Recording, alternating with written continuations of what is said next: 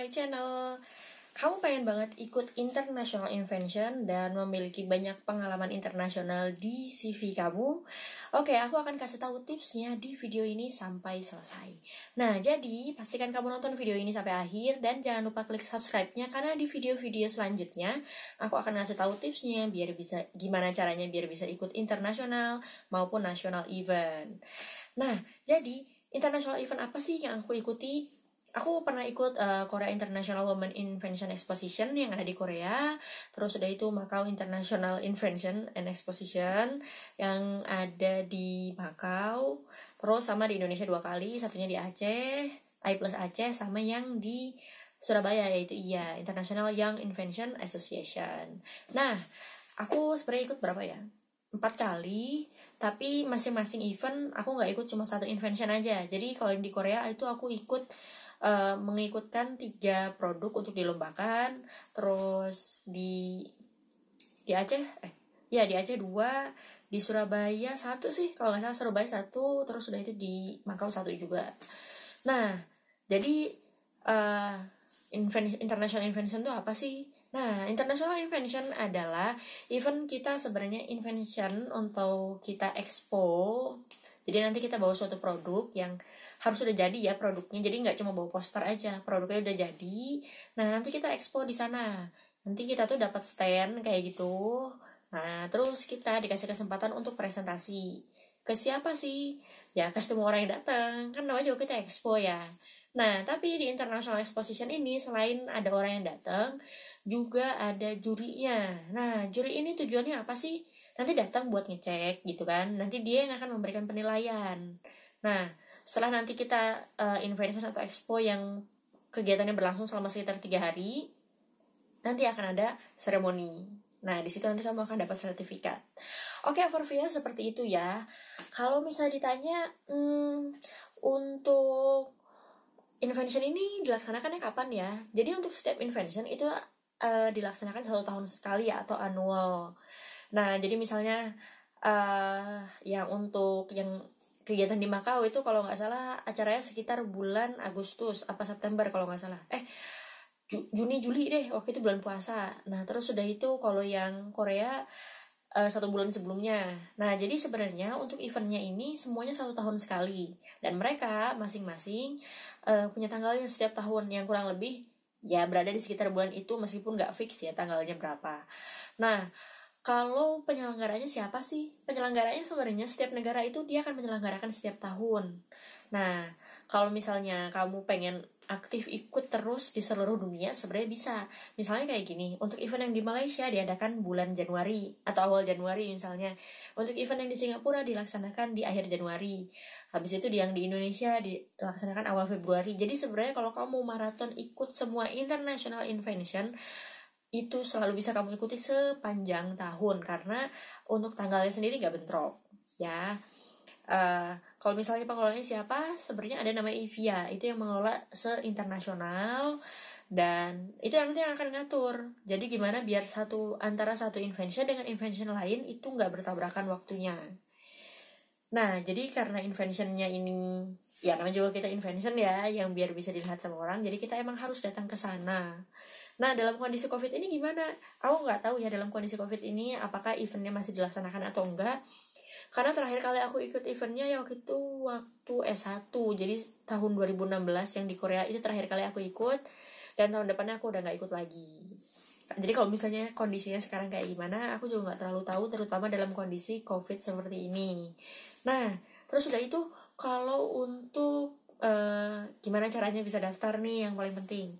Oke, caranya bisa daftar yang pertama kali adalah kamu perlu cari informasi sebenarnya event apa yang kamu ikuti.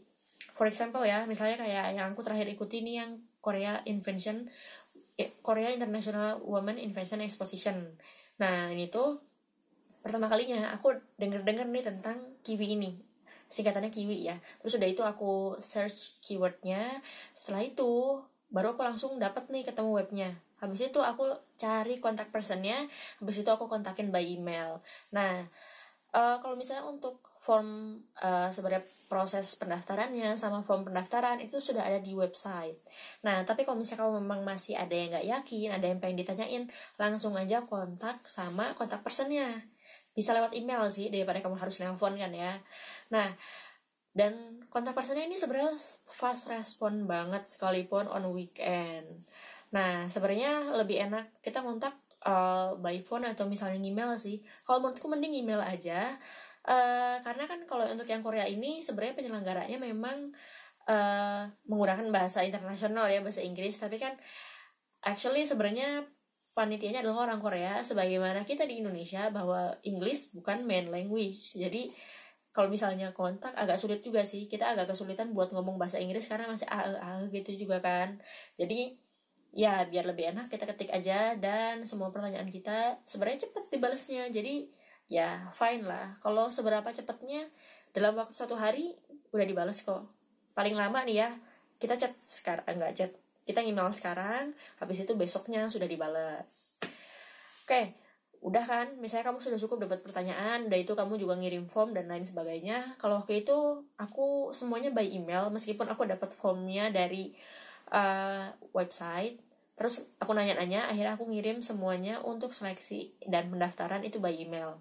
Nah, setelah aku submit, kemudian aku dapat info beberapa hari kemudian kalau ternyata 3 produk yang aku daftarkan ini lolos. Yeah. Nah, setelah lolos, apa yang harus dilakukan? Nah, jadi kita disuruh bayar biaya registrasi. Nah, biaya registrasinya itu kalau nggak salah jumlahnya sekitar $300 atau 300 USD, tinggal dikonversikan ke rupiah. Habis itu kita bayar. Nah, kalau misalnya kamu punya kartu kredit atau kamu punya rekening internasional, bisa langsung bayar nih langsung dari rekeningnya. Cuma waktu itu karena aku nggak punya, jadi harus pergi ke bank, ke teller, terus udah itu membayar di situ sesuai dengan kursnya saat kita fix mau membayar di hari itu. Kalau untuk kursnya hari itu berapa, beda-beda. Jangankan per hari ya, per jam aja kursnya itu udah beda-beda. Nah, terus udah itu, setelah bayar, kita ngasih bukti pembayarannya via email. Nah, terus udah itu kita akan dikirimin LOI. LOI ini kayak LOA sih. Cuma kalau LOI adalah Letter of Invitation. Nah, jadi itu surat undangan, di situ tertulis nama kita, terus udah itu mengikuti event apa dan tanggalnya kapan, serta di situ ada tanda tangan dari penyelenggaranya, resmi banget pokoknya. Nah, setelah itu surat ini yang akan kita bawa untuk membuat visa. Nah, kalau misalnya kamu belum punya paspor, kamu harus punya nomor paspor dulu sebelum daftar ya. Soalnya kenapa? Pas kita daftar, kita itu diminta nomor paspor. Buat apa sih? Buat ditulis nanti di LOI-nya ini, nama siapa dalam kurung nomor paspornya. Nah, jadi ketika kita dapat LOI, ini bisa langsung kita bawa untuk membuat visa. Nah, untuk membuat visanya sendiri, karena visa Korea, jadi aku harus bikin ke Jakarta. Cuma enaknya untuk visa Korea ini, kita nggak ada wawancara seperti yang visa Amerika ya. Jadi ya udah kita ngirimin berkasnya, terus nanti nunggu beberapa hari, nanti di approve atau enggak. Kalau di approve ya kita bayar gitu. Nah, oke. Sekarang udah ada visa, yang harus dilakukan selanjutnya apa? Beli tiket pesawat. Nah, untuk beli tiket pesawat ini sebenarnya tergantung kamu mau belinya lebih beli tiket dulu baru bikin visa, atau bikin visa dulu baru beli tiket. Nah, jadi waktu itu aku akhirnya beli tiket pesawat dulu, terus udah itu bukti booking lah tiket pesawat sama penginapan. Habis itu baru aku mengajukan visa. Dan alhamdulillahirabbil alamin dalam waktu 3-4 hari kerja udah di-approve visanya. Terus udah itu nunggulah visanya dikirim lagi ke Malang. Karena waktu itu aku domisili nggak di Jakarta tapi di Malang. Nah, setelah dapat visa, saatnya berangkat dan mengikuti eventnya. Nah, untuk eventnya ini apa aja sih? Untuk eventnya, rangkaian eventnya ya di semua invention ini sama. Yang pertama itu opening ceremony. Di situ ya kayak sambutan-sambutan, terus itu nanti ngasih tahu kegiatannya apa aja, nanti kita dibagi di stand mana aja. Udah, habis itu baru nanti kita invention atau expositionnya. Nah, untuk lamanya berapa hari itu beda-beda. Kalau yang aku ikuti di Surabaya dan di Indonesia sih itu 2 hari. Jadi hari pertama setelah opening ceremony langsung tuh invention sampai sore ya. Sementara kalau misalnya di Korea kayak gitu juga sih, saya malam malah ya. Kalau yang di Korea itu mulai dari pagi sampai malam, tapi durasinya 3 hari. Yang di Macau sama di Korea itu 3 hari. Sementara kalau yang di Indonesia ini 2 hari semua. Nah, terus udah itu setelah invention dan exposition, nah nanti di hari terakhir sore-sore gitu, nanti di situ akan ada closing ceremony. Nah di sini tuh termasuk juga awardnya. Jadi nanti akan dikasih tahu siapa sih yang mendapatkan dapat golden award, siapa yang dapat silver, terus siapa yang dapat perunggu. Nah selain dapat itu semua, kita juga bisa dapat special award. Ini tuh tambahan. Nah kalau misalnya kamu kalau misalnya golden, silver, sama yang perunggu ini kan sudah pasti semuanya dapat. Cuma kamu nggak tahu nih kamu akan dapatnya golden, silver, atau yang perunggu. Sementara kalau misalnya special award ini nggak semuanya dapat. Jadi misalnya ada juri yang lihat, aku suka nih sama punyamu, jadi secara subjektif gitu. Nah nanti kamu akan bisa dapat special award.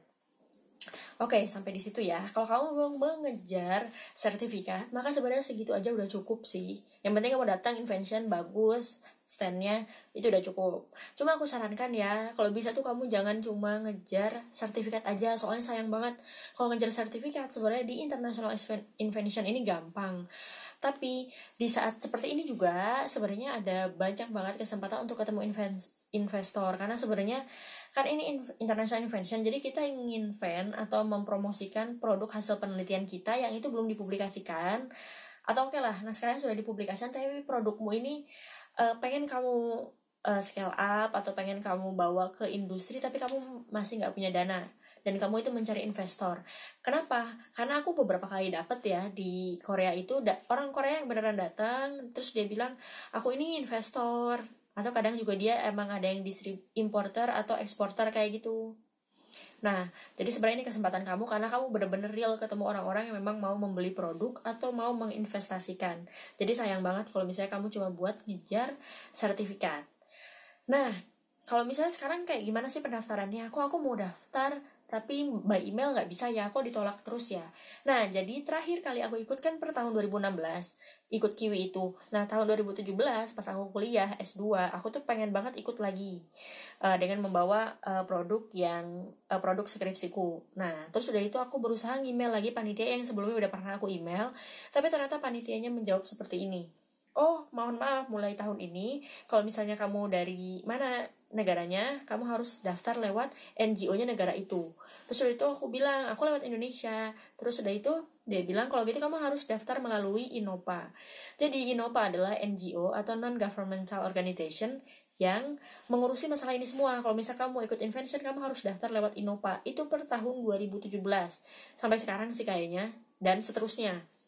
Nah, sebenarnya bagus nggak sih ikut lewat INOPA, apa mending daftar sendiri?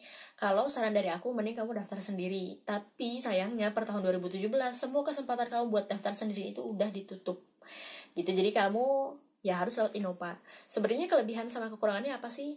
Nah, kalau misalnya dari segi kelebihannya sebenarnya kamu kalau misalnya nggak terlalu bisa berbahasa Inggris, lewat INOPA itu lebih memudahkan. Kenapa? Jadi kamu cukup kontak sama panitia yang di INOPA, nanti bagian dari mereka yang membantu buat mendaftarkan dan lain sebagainya ke pusat, ke penyelenggara acaranya. Nah, jadi kan kamu bisa ngontak menggunakan bahasa Indonesia. Terus juga kalau misalnya untuk transfer, kamu nggak usah pakai Swift Code dan mentransfer ke luar negeri. Kalau misalnya memang kamu agak takut nih, sebenarnya beneran nggak ya, misalnya aku baru pertama kali ini transfer ke luar negeri. Nah, cara amannya kamu memang bisa lewat INOPA. Kamu bisa transfer ke rekening resminya INOPA yang ada di Indonesia. Terus kamu juga bisa nanya-nanya secara terus-menerus ke kontak personnya menggunakan bahasa Indonesia. Tapi kekurangannya apa sih? Biaya yang ditransfer ke INOPA ini sebenarnya sekitar 3 kali lipat dibandingkan real biaya yang perlu kita bayarkan. Nah, jadi misalnya kayak ikut invention nih, biayanya $300. Itu tuh kalau kita bayar ke INOPA sekitar 800 sampai $900. Jadi dinaikin. Kalau misalnya ditanya, boleh nggak sih naikin harganya sampai 3 kali lipat? Ya sah-sah aja sih. Karena kan namanya juga orang usaha ya. Nah, tapi ya kalau misalnya kamu keberatan, sebenarnya lebih baik kamu mendaftar sendiri. Dan waktu aku kuliah, biaya registrasi yang 3 kali lipat itu sangat terasa mahal banget. Apalagi dari $300 jadi $900. Jadi itu terasa mahal banget, sehingga bagiku wajib banget untuk daftar secara langsung aja. Nah, setelah itu apalagi sih, kelemahannya. Nah, kelemahannya kamu sekalipun sudah bayar sebanyak itu, kamu belum termasuk mendaftar paspor sama visa. Jadi paspor sama visa kamu tetap ngurus sendiri, tiket pesawat ngurus sendiri, penginapan juga kamu ngurus sendiri. Kalau untuk penginapan sebenarnya Innova memberikan rekomendasi menginapnya di mana. Tapi ya kamu tetap bayar sendiri dong. Jadi nggak include di biaya registrasi yang kamu bayarkan sekalipun biayanya itu 3 kali lipat. Nah, just for your information, per tahun 2016, kalau kamu kuliah di Universitas Brawijaya, UB udah memblacklist Innova. Jadi kalau misalnya eventnya kamu ngasih misalnya kamu ngajukan proposal dana nih ya, terus di situ lampirannya kamu ngasih bukti acceptance letternya dari Innova, maka kamu nggak akan bisa mendapatkan pendanaan dari universitas. Gitu. Jadi sayang banget kan.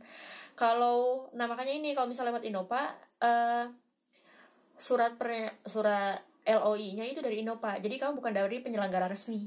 Sebenarnya dapat sih dari penyelenggara resmi, cuma di situ kan ada emailnya. Nanti kan gimana kalau misalnya orang ini malah bayar ke emailnya langsung kayak gitu. Jadi ya gitu sih. Nah, ini terserah kembali kepada kamu mau daftar lewat Innova atau mendaftar sendiri.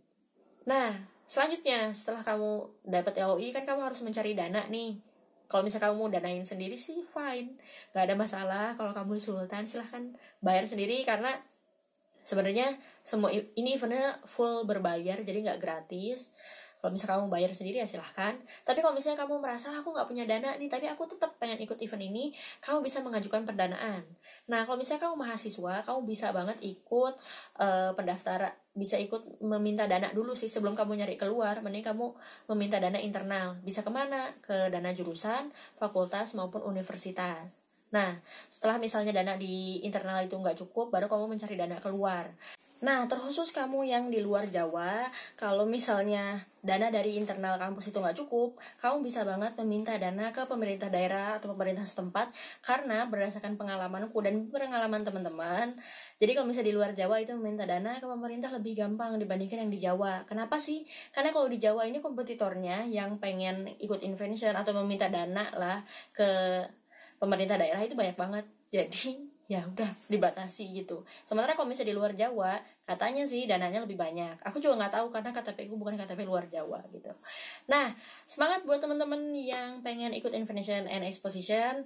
Kamu udah ikut Invention apa atau kamu mau ikut Invention apa? Bisa banget nih jawab di kolom komentar di bawah ini. Kalau misalnya sama dengan Invention yang pernah aku ikuti, kita bisa sharing nih hasilnya gimana. Atau kamu ada kendala apa selama mengikuti Invention, atau kamu sekarang ada kendala nih mau nyari dana kemana atau mau nanya-nanya apapun, bisa banget tanya di kolom komentar di bawah ini. Dan see you in the next video.